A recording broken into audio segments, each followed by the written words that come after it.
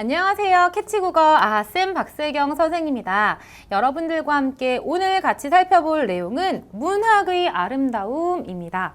우리 문학 작품을 읽고 아름답게 느낀 적 있으신가요? 많은 친구들이 뭐가 아름다워, 나 공부하기 싫어 이렇게 생각하고 있을 텐데요. 실제 선생님도 중고등학교 때에는 그렇게 아름답게 느끼지 못했었던 이 문학 작품이 한 걸음 좀 뒤로 물러나 보니까 아름답게 느껴지더라고요. 물론 우리가 공부를 위해 배우긴 하지만 여러분들도 마음의 여유를 가지고 왜 이 작품이 아름답다고 하는 걸까라는 걸 생각하면서 그 작품의 아름다움을 찾는 연습을 좀 해봤으면 좋겠습니다. 오늘 같이 읽을 시는 바로 봄나무라는 시예요. 이렇게 시 제목을 딱 보면 머릿속에 그 봄나무의 이미지를 한번 떠올려 봐도 좋을 것 같아요. 선생님은 봄나무 하면 왜 이렇게 벚꽃나무가 떠오르는지 모르겠어. 이 벚꽃나무가 물론 봄에 아름답게 이렇게 도시를 채워주고 있긴 하지만 여기에는 이 시를 읽으면 이 벚꽃나무처럼 꽃이 만개한 이런 나무의 이미지보다 겨울철을 잘 이겨내고 있는, 겨울철을 이겨내 끝끝내 봄을 맞이하게 된 나무의 이미지를 우리에게 전달하려고 하거든요. 여러분들도 한 번쯤 큰 시련이나 아픔이 있으셨을 것 같아요. 그치? 그런데 그 시련 우리 지나왔잖아. 그 이야기를 하는 작품이 여기에 있는 이 봄나무입니다. 여러분들도 공감할 만한 내용이 있는지 생각하면서 같이 확인해 주시면 좋을 것 같고요. 교재 볼게요. 교재 8페이지 확인해 주시면 되겠습니다. 이 문학의 아름다움이라고 하는 단원을 통해서 문학이라는 건 심리적 체험을 바탕으로 한 다양한 소통 활동임을 알고 문학 활동을 할 수 있어야 한다라고 되어 있습니다. 심리적 할 때 이 심미라고 하는 것은요, 심자가 살필 심자고 미는 아름다울 미자거든요. 아름다움을 살핀다라고 생각하시면 됩니다. 문학 작품이 어떤 지점이 아름다울까? 이 작품이 나에게 아름다움을 주는 까닭은 무엇일까? 이런 것들을 생각하면서 읽어나가자라는 게 이번 단원의 목표가 되겠습니다. 자, 그렇다면 1단원 내용을 학습하기 위해 밑바탕에 깔려야 하는 배경 지식 먼저 확인해 보도록 할게요. 문학의 아름다움입니다. 우리가 문학을 아름답다라고 느끼는 이유를 크게 두 가지로 나누어 두고 있네요. 내용적으로, 형식적으로 아름다움을 느낄 수 있대요. 문학 작품이라는 건 인생의 진실과 숭고한 감정과 태도를 또 진지한 고민과 성찰을 주요 내용으로 한다라고 되어 있는데요. 여러분들 문학 작품을 읽으면 사람이 어떻게 살아야 할지 혹은 이렇게 사는 게 바람직한 삶은 아닐까라고 하는 이러한 이야기들이 많이 담겨 있는 거 확인하실 수가 있을 거예요. 오늘 읽을 봄나무도 마찬가지인 것 같습니다. 이렇게 문학 작품의 경우에는 삶에 대해서 생각하게 만드는 거야. 우리가 삶을 살면서 여러분들도 지금 살아온 삶들을 돌이켜보면서 내가 어떻게 살고 있지? 앞으로 어떻게 살아가야 되지? 이런 생각하기도 하잖아. 그런 것에 대한 답을 같이 고민하게 만들기 때문에 아름답지 않나? 라고 이야기하고 있습니다. 또한 문학적 정서를 체험하게 하고 감동을 느끼게 해요. 여러분들 우리가 시나 소설을 보고 눈물을 또르르 흘린 적은 많이 없겠지만 드라마나 영화를 보고 눈물 흘린 기억 있잖아요. 드라마나 영화 같은 경우에도 시나리오라고 하는 문학에서 빚어진 갈래이기 때문에 우리가 그러한 갈래를 통해서 감동을 얻었다면 결국 문학의 내용적인 측면에서 아름다움을 얻었구나 라고 생각이 듭니다. 형식적 측면에서도 아름다움을 얻을 수 있대요. 어떤 거? 내용의 아름다움을 잘 전달하기 위해서 작가가 형식적으로 잘 구성하고 잘 조직하거든요. 그런 지점에서 아름다움이 느껴지기도 하고 치밀하게 언어를 조직하여서 꼭 시의 경우에는 언어를 압축하여 표현하기 때문에 이러한 부분에서 이 언어적 아름다움을 느끼기도 하고요. 다양한 표현 방식, 직유를 사용한다든가 의인을 사용한다든가 혹은 설의를 사용한다든가 이러한 다양한 표현 방식이 아름다움을 느끼게 하기도 합니다.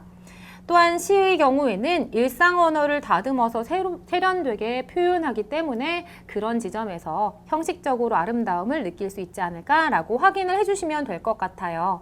여러분들 우리가 지금 조금 두루뭉술하게 이야기하긴 했지만 같이 봄나무를 읽으면서 이 봄나무는 내용적으로, 형식적으로 왜 아름다움을 느끼지? 라고 하는 걸 꼭 체크해 보셔야 되겠습니다. 그게 시험 문제로 출제될 거예요. 참 슬픈 일이야. 우리가 아름다움을 느끼자라고 하고 시험 문제로 나올 거야 이렇게 얘기하니까 선생님도 슬프긴 하지만 그래도 중요한 건 중요한 거니까 포인트라고 생각해 주시면 될 것 같습니다. 자, 문학에서의 심미적 체험이라고 해서 좀 잘려 있긴 한데 제가 읽어 드릴게요. 어떤 대상에서 감동이나 깨달음을 얻으며 아름다움을 느끼는 것을 문학작품을 읽으며 얻을 수 있는 심미적 체험이라고 이야기합니다. 그럼 문학작품 감상에서 어떻게 심미적 체험을 할 수 있을까? 작품 속 대상과 관련하여서 아름다움이나 추함, 숭고함, 비장함, 조화로움, 우스꽝스러움 이러한 것들을 느끼게 돼. 우스꽝스러운 것도 아름다움인가요? 슬픈 것도 아름다움인가요? 네, 우리가 넓은 범주에서 문학의 아름다움은 슬픔을 느끼는 것, 우스꽝스럽게 풍자하는 것 이런 것들도 아름다움이라는 범주에 포함을 시킵니다.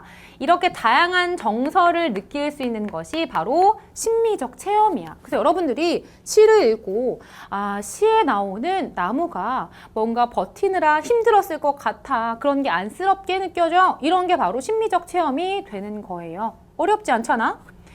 자신의 감정을 작품 속 주체에 이입함으로써 시의 정서나 소설의 이야기, 수필에 나타난 깨달음 등 작품에 구현된 미적 가치를 향유하고 이를 자신의 심미적 체험으로 전환함이라고 해서 좀 꽤 어렵게 표현하고 있지만 시에 나타나고 있는 정서가 있을 거야. 소설 속 이야기 줄거리가 있을 것이고요. 수필은 이 작가의 깨달음이 드러나잖아요. 이러한 지점들에서 작품의 아름다움을 느껴보고 이걸 나에게 가지고 와서 나는 비슷한 경험이 없나? 이게 나한테 왜 아름다움을 주지? 라는 걸 생각해 보자라는 거죠. 문학작품을 읽으며 느끼는 감동이나 깨달음 등 작품에 표현된 세계를 인상적으로 느끼고 받아들이는 건 모두 심미적 체험이 된다. 그래서 여러분들 아까 말한 것처럼 내가 시를 읽으면서 이런 정서를 느꼈어. 시를 읽으면서 나 이런 걸 깨달았어. 이런 것들 모두 심미적 체험이 되는구나 라고 생각하시면 좋겠습니다. 범주가 좀 넓어졌어. 이해되셨나요? 문학작품 창작에서도 심미적 체험을 할 수 있대요. 문학작품을 창작하는 과정에서 어떤 대상과 관련하여 인상적으로 느끼거나 깨닫는 체험을 하게 된대. 그래서 여러분들 우리 학습활동과 연결해 보자면 이 봄나무라고 하는 시를 창작한 작가의 말이 나오게 되거든요. 이 어떠한 모습을 작품에 담아내고 싶어 했는지가 담겨 있는데 결국은 작가도 창작하면서 이 심미적 체험을 했구나 라고 하는 걸 확인해 볼 수 있을 겁니다. 좀 잘려있긴 하지만 읽어드릴게요. 일상 속에서의 인상적인 체험들이 모두 문학작품의 창작 배경이 될 수 있다. 그래서 여러분들 우리가 꼭 특별한 경험을 해야 그것이 문학작품으로 만들어져야 돼?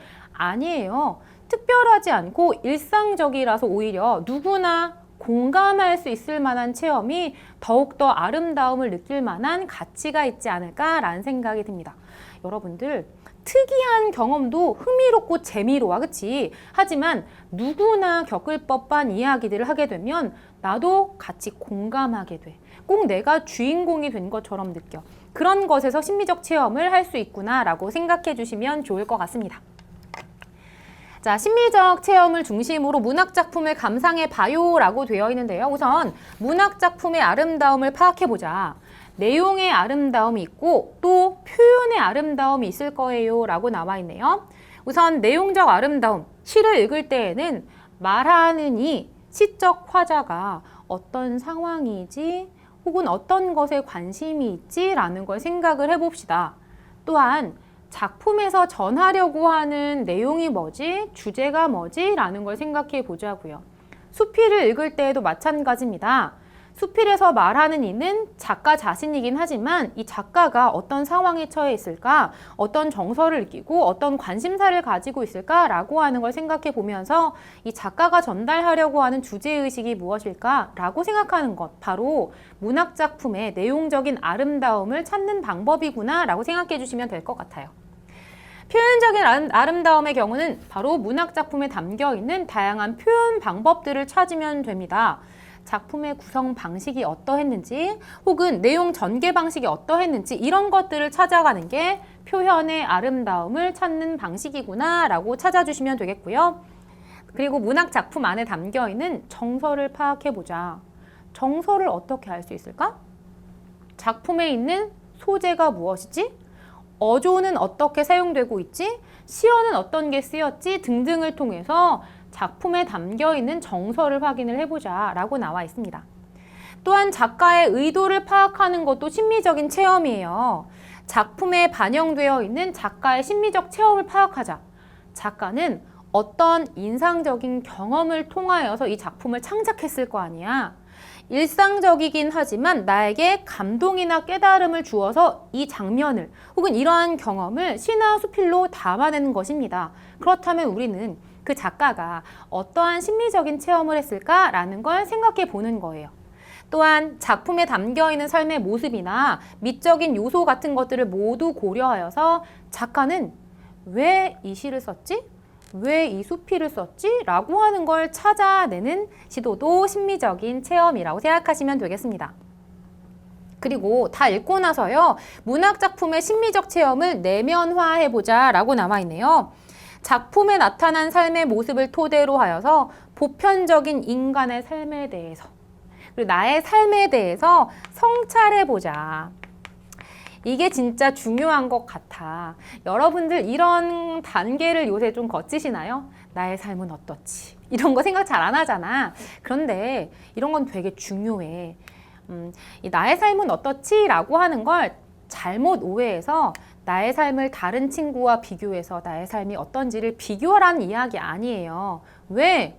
우리가 뭐 비교해서 내가 쟤보다 어떻고 해서 나 자신의 자존감을 낮출 필요는 없고요. 내가 이야기하는 건 바람직하다라고 생각하는 그 보편적인 삶과 나의 삶이 어떤 점에서 같고 다른지를 생각해 보면서 어떻게 사는 게 조금 더 가치 있는 삶일까라는 걸 생각해 보자는 거예요. 이게 꼭 굉장히 뭐 숭고하고 어려운 삶이 아니라 내가 생각하는 가치 있는 삶은 하루에 5번 웃기야. 내가 생각하는 가치 있는 삶은 내가 좋아하는 사람들에게 사랑하는 마음을 잘 표현하는 거야. 이런 것들에 대해 성찰을 한다면 삶이 조금씩 나아질 수 있잖아. 그러한 것도 문학작품을 통해서 해볼 수 있을 거예요. 문학작품에 나오고 있는 말하는 이가 어떠한 삶을 살고 있는지를 보면서 나도 저런 삶의 태도를 가져볼까라는 생각 할 수 있잖아요. 자신의 삶을 공동체의 삶으로 확장하면서 사회 구성원으로서 지켜야 할 삶의 태도에 대해 생각을 해볼 수 있을 것이다 라고 되어 있어. 나의 삶과 사회 공동체로서의 삶을 생각하면서 문학작품에 나타나고 있는 그 삶의 모습들을 적용해 나가자라고 하는 게 바로 심미적 체험을 중심으로 문학작품을 감상하는 방법입니다. 꽤 복잡하게 나와 있는데요. 결국은 이렇게 정리를 해볼까? 심미적 체험을 문학작품을 읽으면서 하자라는 게 이번 단원의 목표잖아요.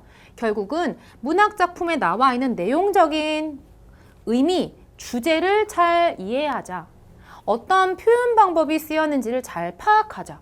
작가는 왜 이 작품을 창작했는지를 이해해보자. 그런 과정을 통해서 문학의 아름다움을 느껴보자. 또한 이렇게 느낀 아름다움을 내 삶에도 적용해보자. 나의 삶을 돌아보기도 하자라고 정리해보시면 좋겠습니다. 옆에 나와 있는 문제 있어요. 이건 제가 띄워드리지 않습니다. 너무 짤막한 문제기도 하고요. 빠르게 넘어가기 위해서 여러분들 교재에 나와 있는 문제 직접 푸시면 되겠고요. 저 바로바로 해결해 드리도록 하겠습니다. 문학의 아름다움에 대한 설명으로 맞으면 동그라미, 틀리면 X를 해보자 라고 되어 있네요. 1번, 문학적 정서를 체험하고 감동을 얻음으로써 문학의 아름다움을 느낄 수가 있어요. 이게 바로 문학의 심미적인 체험이다 라고 했습니다. 문학작품을 읽고 참 슬퍼, 문학작품을 읽고 참 감동이었어. 이런 게 바로 심미적 체험입니다. 2번, 일상 언어를 다듬어 표현한 문학작품을 통해서 문학의 아름다움 느낄 수 있어요. 그치? 우리 일상 언어를 그대로 쓰는 게 아니라 시나 소설에서는 상징성을 갖게 만들기 때문에 일상 언어를 세련되게 다듬어 쓴다라고 확인해 보았습니다. 동그라미. 3번, 글의 잘 짜인 구조와 언어 조직, 다양한 표현 등은 문학의 아름다움을 느낄 수 있는 대상이 아니라고? 아니요. 그런 걸 통해서도 아름다움 느낄 수 있어요. 표현 면에서 아름다움을 느낄 수 있는 대상입니다. 따라서 얘는 X 찾으시면 되겠네요. 2번, 다음 빈칸에 들어갈 알맞은 말을 써볼게요. 어떤 대상에서 감동이나 깨달음을 얻으며 아름다움을 느끼는 걸 바로 심미적 체험이라고 합니다. 3번, 다음 중 심미적 체험을 중심으로 문학작품을 감상하는 방법으로 알맞지 않은 걸 묻고 있고요. 바로 옆에 나와 있잖아. 같이 견주어 보자면 5번에 작품에 반영된 사회 문화적 배경을 배제하고 순수하게 작가의 의도를 파악하자? 아니요. 사회 문화적 배경을 알면 작가의 의도를 파악하기가 더 쉬울 수 있어. 그걸 왜 배제해? 그걸 왜 빼버려요? 아니에요. 답을 몇 번으로? 5번으로 찾아내시면 되겠습니다. 자, 그렇다면 우리 나와 있는 봄나무라는 시를 읽고 이 시의 내용이 어떤 것인지, 표현적인 아름다움은 어떤 것인지를 같이 찾아보도록 하겠습니다. 봄나무, 이상국 시인의 작품이네요. 나무는 몸이 아팠다 라고 시작을 합니다. 여러분들 지금 나무가 몸이 아팠다 라고 표현한 이 부분에서 표현상 특성을 찾아야 돼. 나무는 몸이 없어. 그치? 몸이 아플 수가 없어. 나무라는 대상은 식물이기 때문에 그래. 몸이 아픈 건 사람이에요. 그치? 그래서 사람이 아닌 대상을 사람처럼 표현하는 걸 의인법이라고 합니다. 아마도 나무가 몸이 아픈 시련을 만난 것을 이렇게 표현한 것 같아. 왜 아픔을 느꼈을지는 좀 더 읽어봐야 할 것 같네요. 눈보라에 상처를 입은 곳이나 해서 여기는 이 눈보라 같은 경우에는 어떤 존재일까? 나무에게 상처를 입히는 존재겠네. 나무에게 상처를 주는 존재로 나와 있습니다. 빗방울들에게 얻어맞았던 곳들이라고 해서 이 빗방울도 눈보라와 동일하게 나무에게 상처 주는 존재로 나와 있네요. 우리가 생각할 땐 눈보라가 세게 때려도 얼마나 세게 때리겠어 싶지만 나무 입장에선 얼마나 아플까라는 생각이 들기도 합니다. 어쨌든 그곳이 오래전부터 근지러웠다라고 해서 여러분들 근지러운 감각은 피부에서 느껴지는 감각이기 때문에 촉각적 심상이라고 이야기하는데요. 이런 심상을 활용하게 되면 생동감이 느껴져. 내가 실제 몸이 같이 근지러운 것처럼 구체적으로 느껴지기도 합니다. 자, 그러면 우리가 나무가 아픈 이유를 알았어. 눈보라 때문에, 빗방울 때문에 나무가 아팠구나 라고 하는 걸 확인하시면 되겠네요. 땅속 깊은 곳을 오르내리며 겨우내 몸을 덮이던 물이 이제는 갑갑하다고 한사코 나가고 싶어 하거나 라고 되어 있네.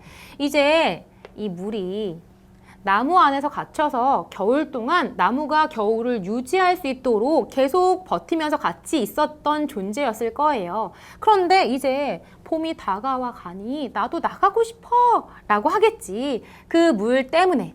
또 살을 애는 바람과 외로움을 견디며 라고 나와 있고요. 여기 나와 있는 바람이나 외로움도 결국에는 나무에게 시련을 주는 존재가 될 수 있을 것 같다라는 생각이 드네요. 그치? 나무 입장에선 아프게 하는 존재일 수 있을 것 같습니다.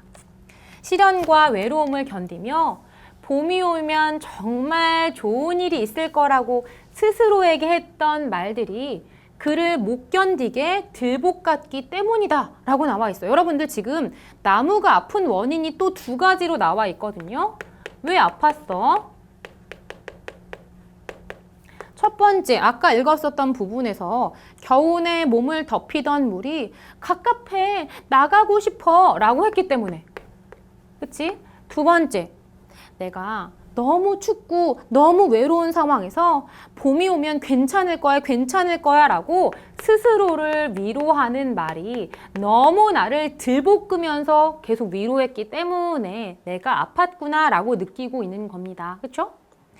그런 마음의 헌데 자리가 허물 때마다 그는 하나씩 이파리를 피웠다. 로 끝이 나고 있고요.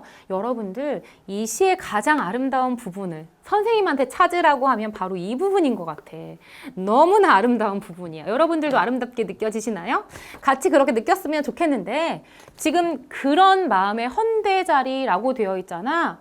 앞에 확인한 것처럼 눈보라가 쳐서 빗방울이 때려서 아픈 그 자리, 혹은 물이 나 나가고 싶어 라고 갑갑해하며 두들겼던 그 자리, 그리고 내가 바람을 맞으며 외로움을 막 견디면서 괜찮을 거야 라고 들볶았던 그 자리가 아팠을 거야, 헐었을 거야. 그 헌대 자리가 아플 때마다 우리 아프면 어떡해? 시련을 만났어, 고난을 만나고 힘들어, 아파 라고 하면 그냥 주저앉아버리고 체념해버리고 좌절해버리고 내가 그렇지 뭐 라고 생각할 수 있잖아요. 하지만 나무는 그렇지 않았어. 어떻게 했어요? 그는 하나씩 이파리를 피웠다.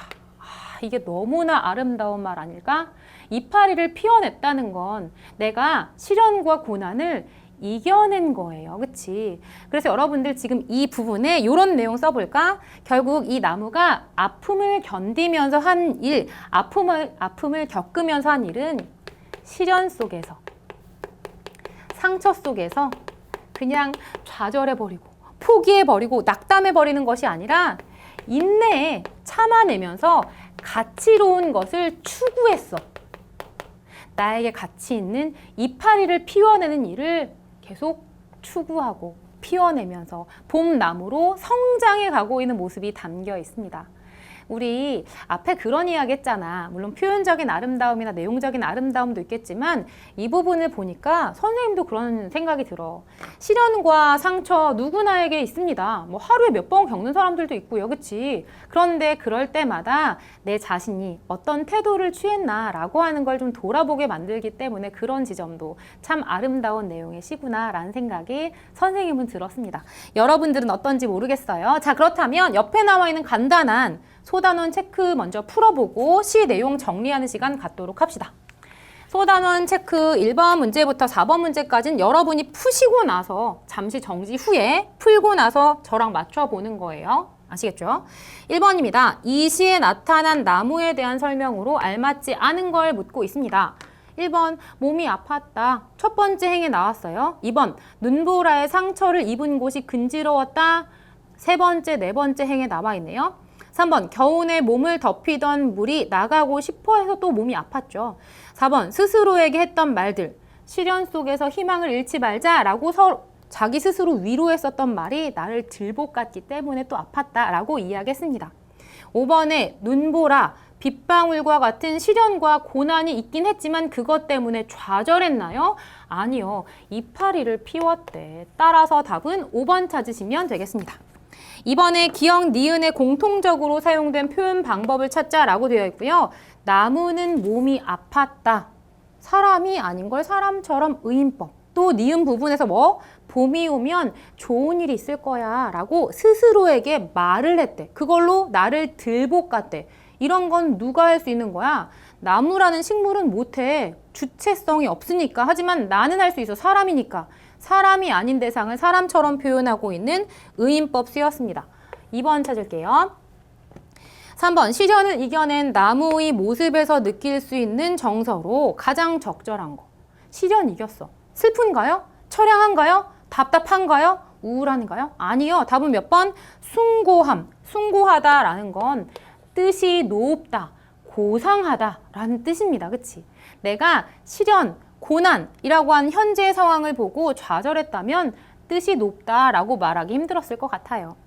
4번에 다음 중 나무가 성취한 결과를 의미한 거 뭐예요? 시련과 고난 속에서도 뭐를 피웠다? 이파리를 피웠다. 따라서 답은 4번 찾으시면 되겠습니다. 자, 그러면 이 시에 대해서 간단하게 좀 정리를 해볼까요? 우선 이 시는 상처와 아픔을 겪은 나무가 제재로 사용되고 있습니다. 시련과 상처 속에서도 마음의 헌대 자리가 아플 때마다 어떻게 오히려 이파리를 피워내는 아주 멋진 모습을 지니고 있었고요. 시에 반영된 시인의 심미적 체험입니다. 아마 이 부분은 학습 활동을 봐야 이해하실 수 있을 텐데요. 시련과 상처를 견디면서 이파리를 피우는 나무의 모습을 보고 감동을 받았구나. 자, 우리는 시를 통해서 어떤 아름다움을 느낄 수 있을까? 내용적으로는 시련을 이기면서 결국 이파리를 피워낸 나무의 숭고한 모습에서 아름다움을 느낄 수 있어. 뿐만 아니라 표현법인 측면에서는 의인법 사용된 부분이 계속 도드라지기 때문에 의인법이라고 하는 표현을 사용하여서 나무라고 하는 사람이 아닌 대상을 사람처럼 표현하다 보니까 굉장히 생동감 넘치게 나에게 다가오고 있구나 라고 느끼실 거예요. 그런 지점 때문에 아름다움을 느낄 수 있구나 라고 정리해 주시면 되겠습니다. 여러분들 교재는 10페이지로 넘겨주시고요. 10페이지에 이 시가 총 정리되어 있습니다. 갈래는 현대시고 자유시고 서정시고요. 성격은 심미적 아름다움을 탐구하는 시고 또 비유적이고 서정적인 시래요. 비유적인 이유는 의인법 사용됐기 때문입니다. 제재는 겨울을 지내고 봄을 맞이하는 나무의 모습인데 이를 통해서 어떤 주제를 전달하려고 해? 주제 너무 중요해. 포인트. 그치? 시련과 상처 속에서도 인내하며 가치 있는 것을 추구하는 모습. 이게 바로 마지막 행에 잘 나타나고 있었습니다. 이파리를 피우는 모습으로. 그 부분은 문제로 안 나올래 안 나올 수 없어. 너무나 중요해. 자, 시인이 자신의 심미적 체험을 바탕으로 시를 창작했대. 이건 학습활동 통해서 보여드릴게요. 겨울 동안 상처와 아픔을 겪은 나무가 봄이 되어 이파리를 피워내는 과정을 형상화했다. 눈보라를 맞기도 하고 빗방울을 맞기도 하고 그치? 시련을 견디며 값진 것을 성취하는 나무의 모습을 사람의 모습에 빗대어 의인법 사용하여 표현하였기 때문에 표현 면에서도 아름다움을 느낄 수 있어요 라고 생각해 주시면 되겠습니다. 이 시의 1행부터 4행까지는 나무가 몸이 아팠어요. 5행부터 12행까지는 나무를 아프게 했었던 원인에 대해서 이야기했습니다. 그리고 13행에서 14행까지는 그럼에도 불구하고 이파리를 피워낸 나무의 모습이 담겨 있었어요. 자, 우리가 이 시를 읽고 아름다움을 느꼈다면 왜 아름다움을 느꼈을까요? 우선 내용적으로 시련을 견디면서 끝끝내 이파리를 피워내는 모습, 헌대의 자리에다가 그 자리마다 이파리를 피워내는 모습, 시련을 그냥 시련으로 놔두거나 좌절하지 않고 뭔가 인내하고 가치로운 것을 추구하는 모습이 참 아름다웠어요. 또 나무를 사람처럼 표현하는 표현의 아름다움도 있었습니다. 아픔을 극복하고 이파리를 피워내는 나무의 모습. 어떻게 보면 그냥 나무가 그 자리에서 계절의 변화에 따라 이파리를 피워내는 건 그냥 자연의 섭리이기 때문에 별게 아닌 거일 수도 있어. 하지만 이 시인이 보았을 때에는 눈보라를 맞은 게 시련이야. 혹은 안에서 물이 갑갑하다고 나가고 싶어해. 이러한 장면들을 상상해 가면서 혹은 나를 계속 채근하는 스스로 계속 위로하고 들볶으면서 열심히 한번 버텨보려고 했었던 나무의 모습을 사람처럼 표현하면서 더 생생하게 우리에게 전달하였기 때문에 아름답게 느껴지는구나 라고 보시면 좋겠습니다. 자, 이 시에 나타난 나무의 상황이에요. 나무가 몸이 아픈 원인입니다. 겨우내 몸을 덮이던 물이 나 나갈래 하는 거죠. 또한 봄이 오면 좋은 일이 올 거야 라고 생각했었던 내 스스로 다짐한 말들이 계속 나를 들볶았습니다. 나무의 상황이에요. 몸이 아팠어. 왜? 눈보라에 상처를 입은 곳이 빗방울에 얻어맞았던 곳이 근질거렸어요. 그치? 나무가 아픔을 겪으면서 어떤 일을 해냈나요? 결국은 마음의 헌대가 아플 때마다 이파리를 피워냈다라고 찾으시면 좋겠습니다. 우리 이 시를 정리하면서 한 가지는 학교 선생님 설명 좀 참고해 주셨으면 좋겠는 게 지금 나무의 상황이 요 눈보라와 빗방울 때문에 아팠어 라고 학교에서 말씀해 주실 수도 있고요. 그냥 이걸 별개로 몸이 아팠다. 그리고 눈보라를 맞고 빗방울에게 맞았다 라고 나누어 이야기해 주실 수도 있을 것 같습니다. 이 부분은 학교 선생님 설명 참고해 주시면 될 것 같아요. 결국은 이 시에서 어떤 걸 전달하려고 하지? 고통과 어려움을 견디며 소중한 것을 얻어내는 과정을 보여주어서 시련과 상처 속에서도 그것을 견디며 희망을 갖는 게 얼마나 소중한지를 우리에게 전달해 주고 있는 거야. 그래서 여러분들이 이 시를 읽고 나도 시련을 만난 적이 있는데 나는 좀 좌절했었네. 그런데 내가 그땐 좌절했던 거 어쩔 수 없지만 이제 이 시를 읽고 나서 조금 바뀌어봐야지. 이렇게 생각하는 것도 이 심리적 체험을 내면화하는 것이라고 생각하실 수 있을 거예요.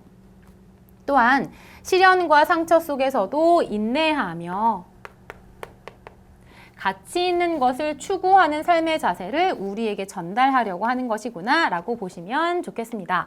자, 그렇다면 학습 활동을 통해서 어떤 것들이 중요했는지 다시 한번 되짚어 볼까요? 자, 시의 내용을 이해해보자 라고 해서 시에 나타난 나무의 상황을 정리해보자 라고 했고요. 우리 앞에서 바로 정리를 했었어. 그치? 겨우내 몸을 덮이던 물이 바깥으로 가고 싶어요 라고 하는 상황이었고요. 또한 봄이 오면 좋은 일이 있을 거야 라고 시련을 견디며 자신을 위로했었던 말들이 나를 들복 같다 라고 되어 있습니다. 우리 그럴 때 있잖아. 내가 조금만 견디면 될 거야.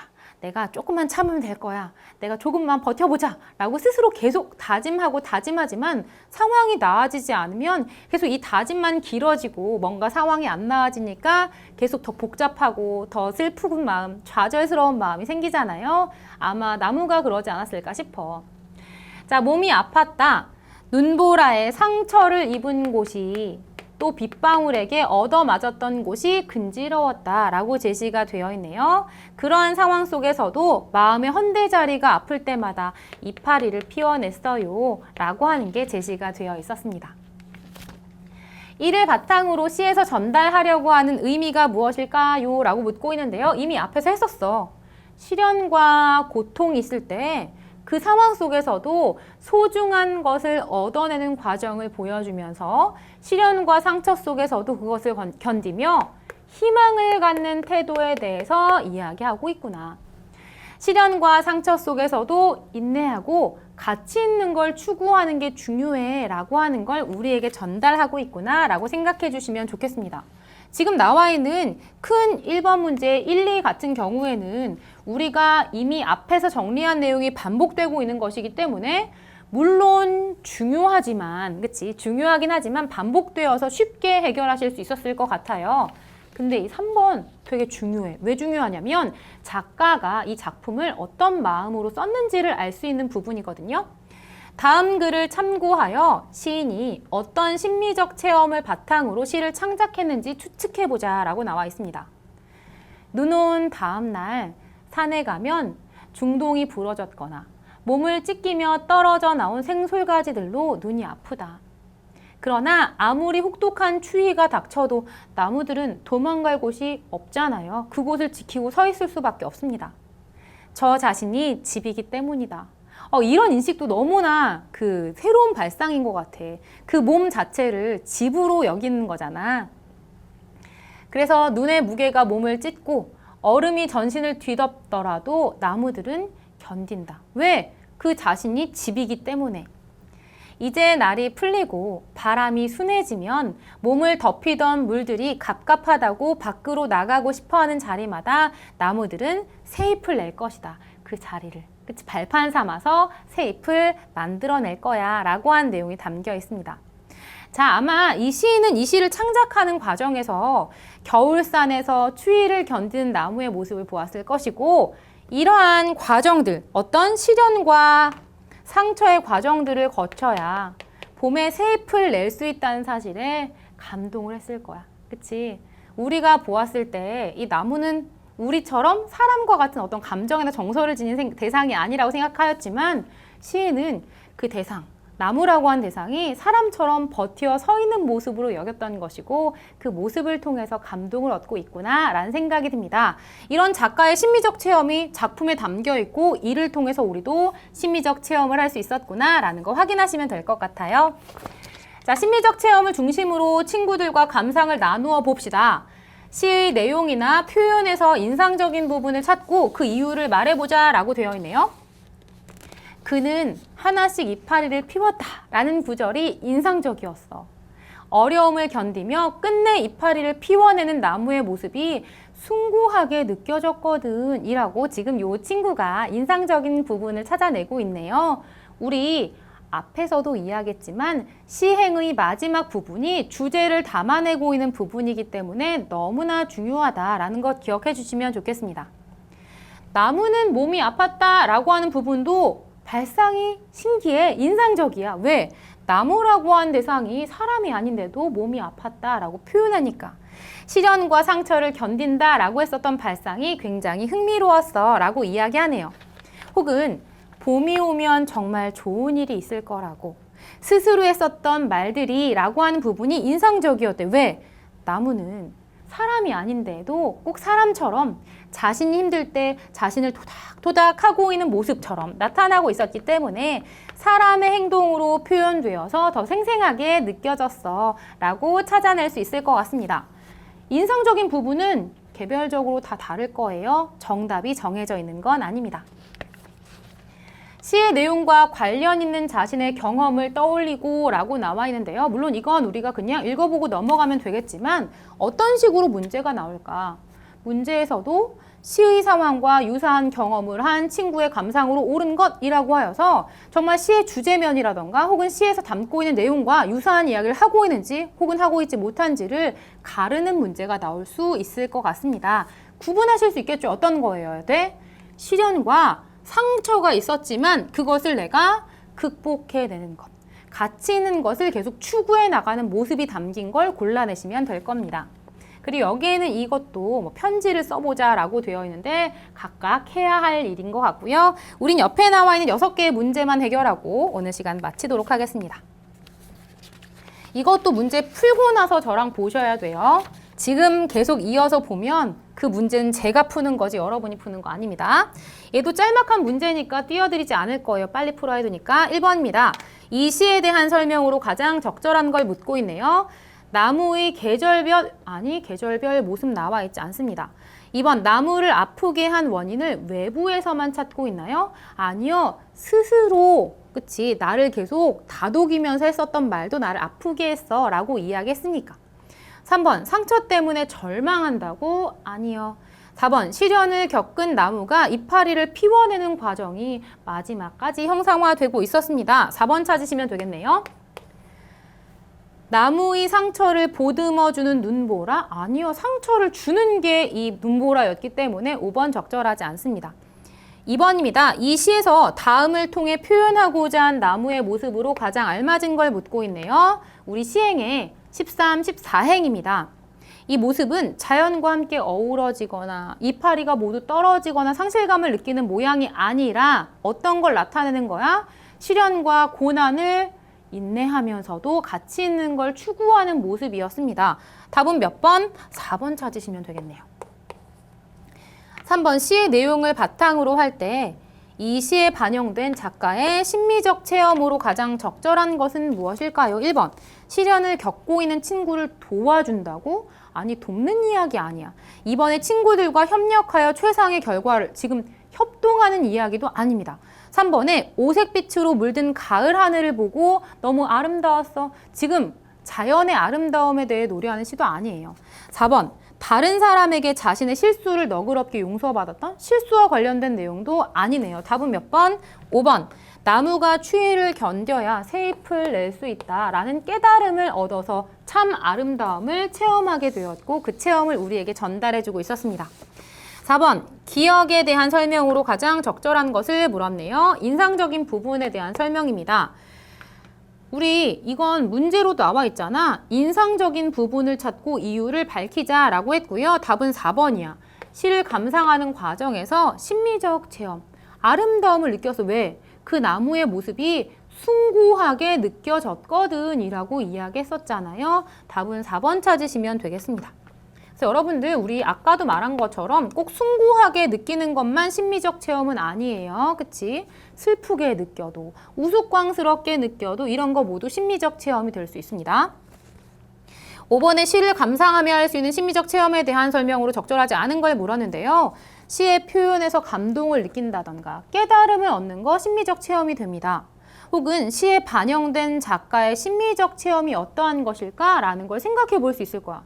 이 시를 읽고 나서 우리가 작가가 이 작품을 쓴 내용, 학습활동 3번을 읽지 않았다 하더라도 아마도 이 작가는 나무의 모습을 보고 쓴 것 같아 라고 추측을 해볼 수 있잖아. 그치? 이런 것도 심리적 체험이 되는 거예요.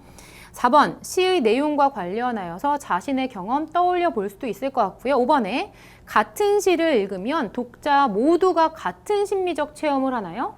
아니요. 우린 서로 다른 경험과 지식 체계를 갖고 있는 개별적인 사람들이기 때문에 다른 정서 느낄 수도 있어요. 다른 깨달음 얻을 수 있습니다.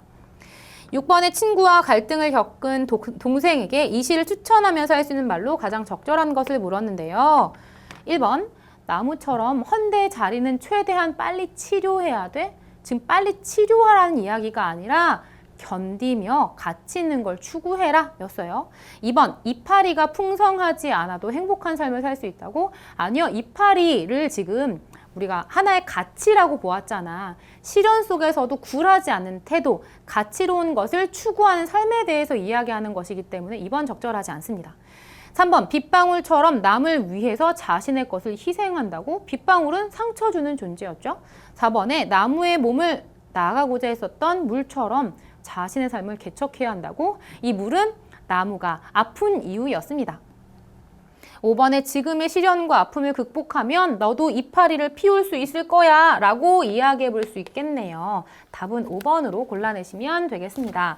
자, 오늘 여러분들과 살펴본 내용에서 꼭 체크해야 하는 중요 키워드가 있어 바로 심리적 체험, 심리적 아름다움입니다. 우리가 문학 작품을 읽으면서 정서적으로 느끼는 혹은 주제를 통해서 깨달은 혹은 작가의 의도를 파악하면서 느끼는 다양한 아름다움이 바로 심리적 체험입니다. 표현적으로도 내용적으로도 심리적인 체험, 심리적인 아름다움을 느낄 수 있었습니다.